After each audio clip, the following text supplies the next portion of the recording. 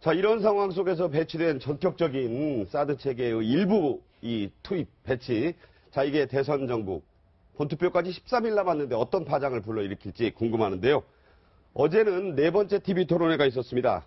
보신 분도 있고, 신문이나 보도를 통해 본 분도 있는데, 어제 문재인 후보가 적폐연대라는 용어까지 쓰면서 새 후보에게 공통 질문을 했어요. 후보 단일화, 이른바 3자 후보 단일화에 대해서 묻겠다 하면서 저렇게 얘기했습니다. 네, 그랬더니 유승민 후보 단일화 할 일 없다 이렇게 얘기했고요. 안철수 후보는 선거 전에는 연대 없다. 홍준표 후보는 이렇게 답했습니다. 왜 우리한테 물어요? 마음대로 해야지. 저 얘기가 재밌었어요. 네. 저 마음대로가 바른정당 마음대로 해야지 이렇게 했다는 거거든요. 그리고 마지막에 심상정 후보 얘기. 자, 여러 얘기하면서 굳세어라 유승민. 어떻게 해석을 해야 될까요? 예, 굳세어라 유승민 이 표현은 동병상련이라고 봅니다. 동병상련이다. 네. 심상정 후보도 과거에 이렇게 사퇴를 했던 경험이 있거든요. 네. 결국은 유승민 후보가 지금 이런 사퇴 압력을 받는 것은 결국 보수 결집과 보수 단일화를 요구하는 거고 본인의 지지율이 낮기 때문에 이런 압력을 받지 않습니까?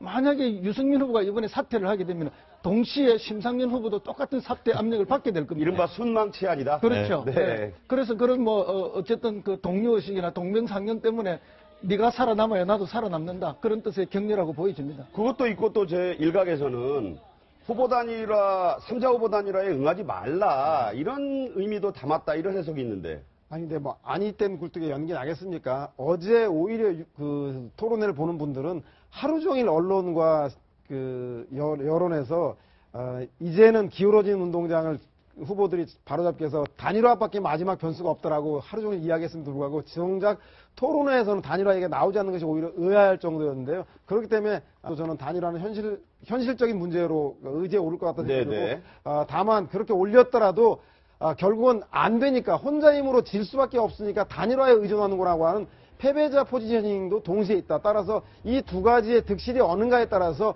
논란은 어제 후보들이 부인했음에도 불구하고 각 당에서는 의원총회를 통해서 그리고 유력 선대위 공동위원장을 통해서 연대의 가능성을 열어놓고 있기 때문에 현재 이제 물꼬는 터졌다라고 봐야 될 것이고 그 유불리 속에서 후보들이 어떤 선택을 할지 지켜봐야 한다는 생각이 듭니다. 어제 사실은요. 돼지흥 분재 얘기가 이제 그 홍준표 후보에게 쏟아지지 않았어요. 이런 걸 또 해석하는 일각에서는 혹시 단일화 어떻게 될지 모르는데 서로 감정 상하지 말자 이런 그 속내도 있지 않았느냐 이런 해석이 있던데. 그렇습니다. 좋게 얘기한다고 하면은 네거티브 전략보다는 오늘 그 이슈에 맞춰서 경제나 안보나 보안 그 일부분에 얘기했나는 건 좋지만 그 속내를 봤을 때는 분명히 이미 그 보수 측에서는 밑에서 정말 물밑 접촉이 있는 상황 속에서 서로의 감정선을 흐트러지지 않는 그런 모습을 봤는데요. 그렇다 보니까 이게 거의 3시간 진행되는 동안 저게 언제 나오나 했는데 돼지흥 분재? 결국 돼지흥 분재도 거의 안 나왔고 결국 이 그 서로 그 부분에 대해서 그 연대에 대해서 얘기 안 하고 거의 끝에 가가지고 문재인 후보가 상대방에게 질문을 통해서 이걸 완보하는 걸 그것도 보면은 세 사람에게 동시에 물었어요. 그렇죠. 예. 한 질문으로 두 질문을 했는 걸 보면은 결국은 암묵적 연대가 뭔가 있지 않는가라는 것을 강하게 그 어떤 힌트를 받는 부분이 아니었나 생각이 듭니다. 네, 어제 대지흥 분재 얘기는 안 나왔지만 바로 문재인 후보와 홍준표 후보의 신경전은 팽팽했습니다. 자, 무슨 얘기였냐면요. 바로 노무현 전 대통령 때문이었습니다. 자, 홍준표 후보 이렇게 얘기했습니다. 노 전 대통령 가족이 받았으면 640만 달러는 뇌물이니까 환수해야 할 거 아니냐 이렇게 얘기를 하죠.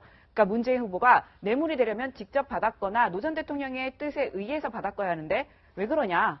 법률가 아니냐? 법률가 아니냐? 그러니까 당신도 법률가 아니냐? 이런 쪽으로 했어요. 그러니까 이제 공격이 이어지니까 이 보세요.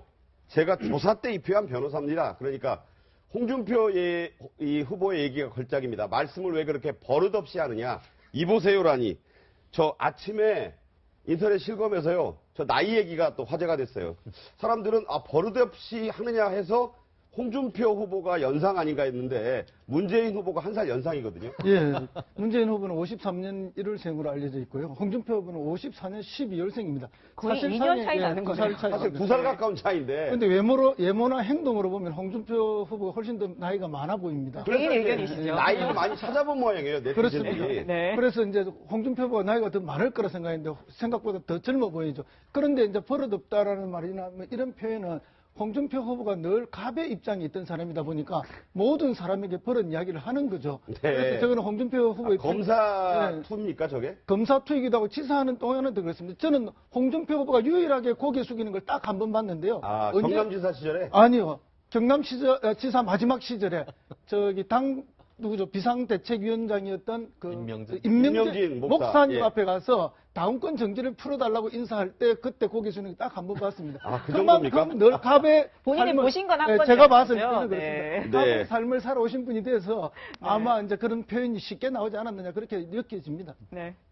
저는 어제 저희 홍준표 후보가 노무현 전 대통령에 대한 그 부분을 거론한 부분, 저는 그 시청자 입장, 국민 입장에서 봤을 때는 상당히 조금 부적절했다는 생각이 듭니다. 매번 언급하는 매번 거죠. 언급하고 있고, 어제 또 중수부장이 그 이제 진술 조서에 있는 것처럼 이야기했다고 하는데, 그거는 아마 그 때문에 사실 문재인 후보가 사실 좀 발끈한 측면이 있는 거거든요. 네, 네. 계속적으로 그러니까 지금 그 중수부장이 그러니까 노무현 전 대통령으로부터 받은 진술조서에 그런 이야기가 있다고 이야기를 하니까 입회했던 변호사 입장에서는 터무니없는 거짓말이라고 지금 상당히 흥분을 할 수밖에 없는 것이죠. 그러나 이 홍준표 후보 입장에서 본다고 한다면 어제는 나름대로는 본인은 의도한 것을 제대로 그러니까 거둬들인 것이 아닌가 하는 생각입니다. 어제 사실 어떻게 보면 홍준표 후보 입장에서는 노무현 전 대통령을 질타함으로써 그때 당시 비서실장이었던 문재인 후보의 책임도 그러니까 거론하고 그리고 소위 말하는 이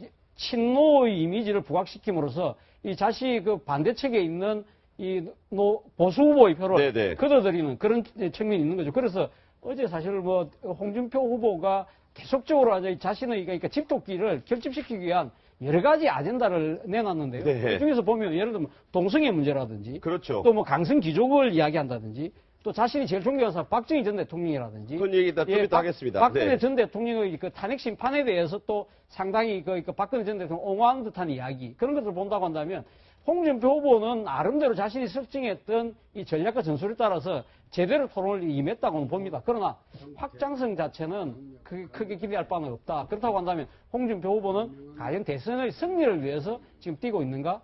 그 부분을 한번 자문해봐야 될 때가 아닌가 하는 생각입니다. 제가 오전에 문재인 후보의 그 SNS를 봤는데 아쉬운 게 두 대목이다. 홍준표 후보하고 설전하면서 내가 조금 감정적으로 그럴 필요 없었는데 하는 얘기했고 유승민 후보와 얘기할 때 내가 좀 더 수치를 조목조목 얘기할 걸. 바로 이 대목에서 나왔던 얘기인데 어떤 대화냐. 자, 81만 개 공공부문 일자리 공약에 대해서 직접 계산해 보셨나? 라고 이제 직공을 했습니다. 재원을 너무 낮춰 잡은 거 아닌가? 점검해 보시라. 이러니까 자세한 건 우리 정책본부장과 토론하시라. 자, 이 정책본부장 얘기가 나오니까 박근혜 정부의 줄푸세 만드신 분이 바로 유 후보 아니냐? 이렇게 공박을 했어요. 그러니까 유승민 후보 기다렸다는 듯 발언 취소해라. 대선 후보에게 재원 문제 물었는데 왜 캠프 정책본부장에게 물어보라고 하느냐. 이건 오만한 태도고 매너가 없는 거다. 이렇게 공박을 했습니다. 그리고 줄푸세 공약을 만든 사람은 지금 문 후보 캠프에서 경제정책 만들고 있다. 그것도 모르면서 그런 말씀 하시나. 이게 또 유명한 얘기인데 자 누구 얘기할까요? 바로 이분이 김광두 박사입니다. 새로운 대한민국위원회 위원장 문재인 캠프에 있는 거고요. 서강대 경제학부의 석좌 교수 유명한 분이거든.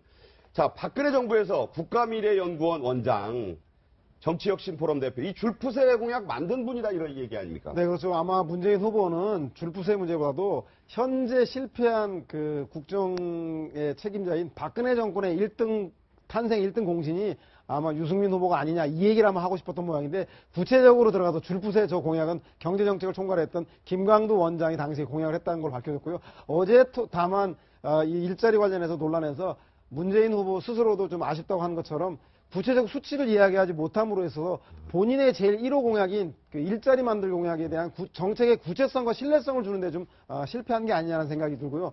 다만 그렇다면 유승민 후보가 그동안 안보 공세를 통해서 홍준표 후보와 차별화에 실패했다고 해서 경제 문제로 그 이슈를 가져온 건 잘했는데 수치에는 가치와 없고 색깔이 없습니다. 그래서 머리가 좋고 수치 해박다는 게 중요한 게 아니라 문재인 후보가 얘기했던 공공부문 일자리는 우리 진보 야권의 트레이드 마크야. 당신은 민간 기업의 일자리를 얘기하는 거니까 당신은 보수 야권 후보 아닌 보수 그 구여권 후보 아니냐라고 하는 거에 대해서 나는 왜 신보수인가에 대한 이야기를 설득력 있게 전달하지 못함으로써 수치에는 밝을 수 있을지 몰라도 선거 전략상 타겟 마케팅 측면에서는 별로 성공적이지 못한 그 질문 공세가 아니었나 생각이 듭니다. 예. 네, 자, 지금 보시면 아까 거 다시 좀 보여주시면요. 문재인 후보가 이렇게 얘기했습니다. 자, 유승민 후보가 점검해봐라 이렇게 얘기를 하니까 문재인 후보가 우리 정책본부장과 토론하시라 이렇게 얘기를 해서 이 부분 때문에 약간 좀 네. 태도 논란이 일기도 했어요. 그러니까 후보끼리 얘기하는데 왜 본부장한테 나를 이게 격하하느냐 이런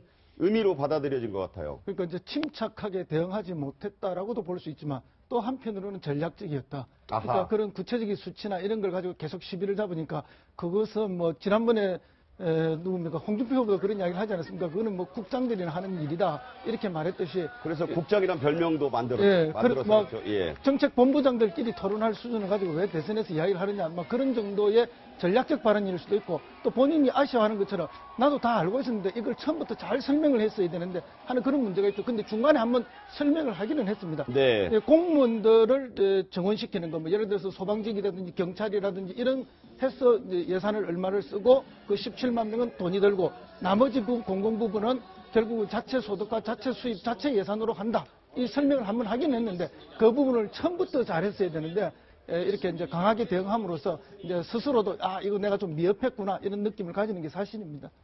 자, 어제 토론회에서 이제 화제가 된 단어들이 지금 소개해드린 대로 문재인 나이, 홍준표 나이, 그 다음에 여기 말씀하신 대로 이 지금 나온 이야기도 화제가 됐고 또 이 얘기, 코리아 패싱이란 말이 이제 또 화제가 됐어요. 이 얘기는 문재인 후보와 유승민 후보 간의 설전이었는데 이렇게 얘기합니다. 영어 별로 안 좋아하시니까 코리아 패싱이란 말의 뜻 아시냐? 그러니까 무슨 말씀이냐 모르겠다. 자, 모르겠다란 말에 좀 방청석에서 약간 술렁술렁 대학생들 좀 있고 했는데 유승민 후보, 트럼프 대통령이 황교안 대행과는 전화통화 안 하고 계속 이런 문제를 중국과 이야기한다. 자, 문재인 후보 같은 분이 대통령이 되면 사드도 반대하고 한미동맹을 어떻게 굳건히 지키느냐 하니 미국이 그렇게 무시할 나라를 누가 만들었느냐? 그러니까 무시 차원 문제 아니다.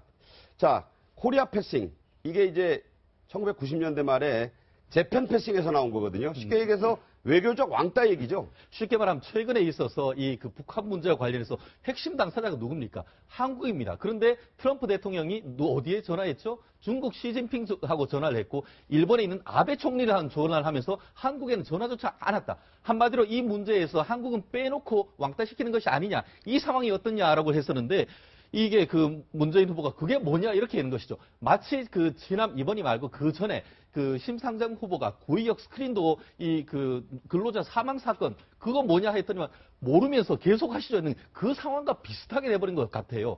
물론 본인이 어떤 그 전국을 다니면서 열심히 운동하는 건 좋습니다만 논의의 의제를 질문하는데 그 질문에 대한 핵심이 뭔지를 모르는 그런 모습을 보면서 국민들은 물론 다 할 수는 없습니다만 이 중요한 이 시기 속에서 코리아 패싱이란 얘기도 잘 모르고 노동자에 대한 근로의 인권을 얘기를 하면서 구의역 사건을 잘 모른다는 점에 대해서는 국민들이 갸우뚱할 수밖에 없었던 점이라 이렇게 얘기할 수밖에 없는 것 같습니다. 뭐 그렇게 지적도 할 수 있는데요. 코리아 패싱이라는 이 이제 최근에 사용되는 시사 용어에 대해서 시사 용어죠. 예, 익숙하지 않았을 뿐이지 그 지금 우리가 소외되고 있다는 그 현실을 뭐 전혀 모르고 있고 그건 아니죠. 그거는 너무나 잘 알고 있고 이거는 뭐 지금 현상도 그렇지만 오랜 우리 역사 속에 늘 이 코리아 패싱이 있었습니다.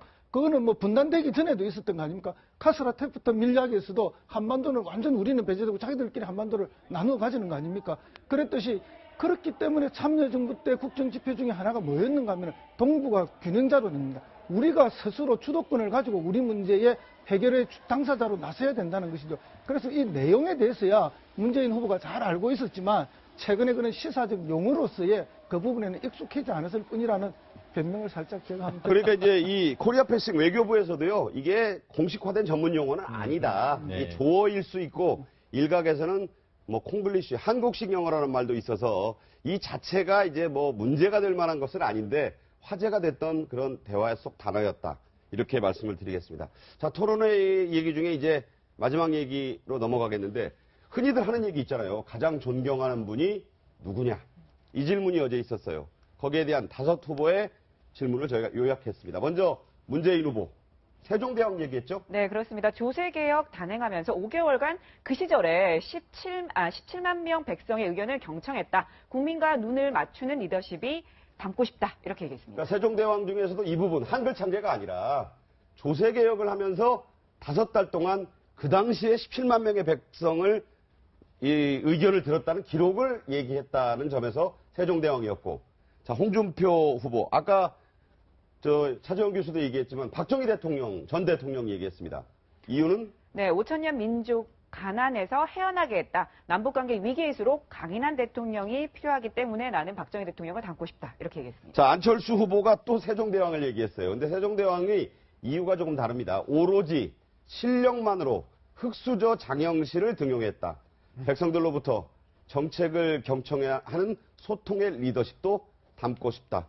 자, 우선 여기에 대해서 좀 얘기하고 넘어가겠습니다. 일단 그 당선 가능성에 있는 후보들은 외연 확대를 위해서 국민을 대상으로 메시지를 주로 존경하는 리더를 얘기하는 것 같고, 나머지 후보들 자기 정체성을 밝히는 그 리더를 꼽은 게 아니냐 싶습니다. 문재인 안철수 후보는 아마 그래서 소통과 통합이라는 이야기를 가장 많이 한 것 같고, 나머지 유승민 후보는 신보수로서 실용을 방점에 둔 정의화공 선생을, 그리고 심상정 정의당 후보는 개혁가였던 정도전, 그리고 그 얘기는 좀 다음에 보수인 박정희 대통령을 꼽은 게 아닌가 생각이 듭니다. 자, 이 세 분 얘기를 하면서 두 번째까지 소개를 해드릴게요. 지금 나오면, 자, 정약용을 꼽은 게 유승민 후보, 다산 정약용 선생. 약간 흐트러졌나요?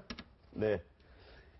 네. 정약용 선생 꼽으면서 이렇게 얘기했습니다. 네, 민초들의 고통을 헤아린 민본주의의 표상인 분이다. 그러니까 백성들의 고통을 헤아려서 해결을 해준 민본주의의 표상이다. 이렇게. 자, 얘기했죠. 목민심서 뭐 그런 얘기를 떠올리게 하는 그런 이유를 들었고, 심상정 후보가 삼봉 정도전을 들었습니다. 상당히 이게 좀 화제가 됐어요. 네, 자, 민본주의, 그렇죠? 네, 민본주의를 바탕으로 과감한 개혁 리더십이다. 이렇게 얘기를 했어요. 자, 민본주의를 바탕으로 한 과감한 개혁 리더십인데, 결국 비참한 최후를 맞았던 조선 초의 개혁가, 6년을 살아 600년을 개혁했다는 그 화제의 인물 아닙니까? 그렇습니다. 뭐 정도전은 워낙 유명해서 드라마로도 우리가 하도 많이 봐서 딱 네. 아는 내용인데, 어쨌든 그 조선의 기틀을 세우고 국가의 근본을 만들고, 어떤 조선이 그 왕조 국가였지만 왕 중심의 나라라기보다는 사대부 중심의 나라, 네. 또 국민 중심의 나라를 만들려고 했다는 측면에서 뭐 존경할 만한 그런 충분한 이유가 있죠. 그리고 지금 우리가 박근혜 대통령, 전 대통령의 어떤 국정농단 사태를 보면서 역시 어떤 집중된 권력 하나보다는 어떤 뭐 시스템화를 더 원하는, 정도전 대표적인 시스템 중심의 나라를 만들려고 했던 사람이니까 충분히 존경할 만하다. 근데 방금 앵커께서 말씀하신 대로 정도전도 비참한 처우를 했고 본인의 기억도 나중에 실패가 되죠. 그리고 저강용 선생님 우리가 전부 다 존경하고 있지만 그분의 책 제목에 심서라고 되어 있습니다. 예, 마음속에 현실에서 자기가 현실에서 구현하지 못했죠. 못 해본 거예요. 네. 그렇기 때문에 뭐 존경은 하지만 네. 현실 정치에서는 어려움이 역시 있었다. 박정희 전 대통령 역시 마찬가지 아닙니까? 뭐 많은 성과도 있었지만 많은 또 그 공과가 있고, 또 본인도의 삶도 결국 비참한 종말을 맞이했던 그런 면이 있어서, 어쨌든 문재인 후보하고 안철수 후보가 지적을 한 세종대왕은 역시 두 분이 잘 경위야 어떻든 뭐 소통 때문에 지적을 했던, 아니면 또 다른 이유로 지적을 했던 두 분을 선택한 것은 좀 잘한 거 아니냐, 이런 면에서 보는데, 그러면 지금 남아있는 우리 이게 촛불 민심을 봤을 때 어떤 우리 사회상의 여러 가지 적폐들을 해소하고 새로운 국가 시스템을 만들어낸다는 측면에서 보면은 세종의 그런 좋은 뜻도 필요하지만 또 강력한 리더십이라서 태종의 리더십도 필요한데, 방금 서평론가께서 말씀하셨듯이 외연 확대를 위한 그런 설명이 아닌가, 그런 느낌이 듭니다. 어쨌든 뭐 1, 2위 후보가 세종대왕을 들어서 광화문 동상도 생각나고 여러 가지 의미가 있는 해석이었고, 저도 또 새로운 시각 얻었습니다. 네.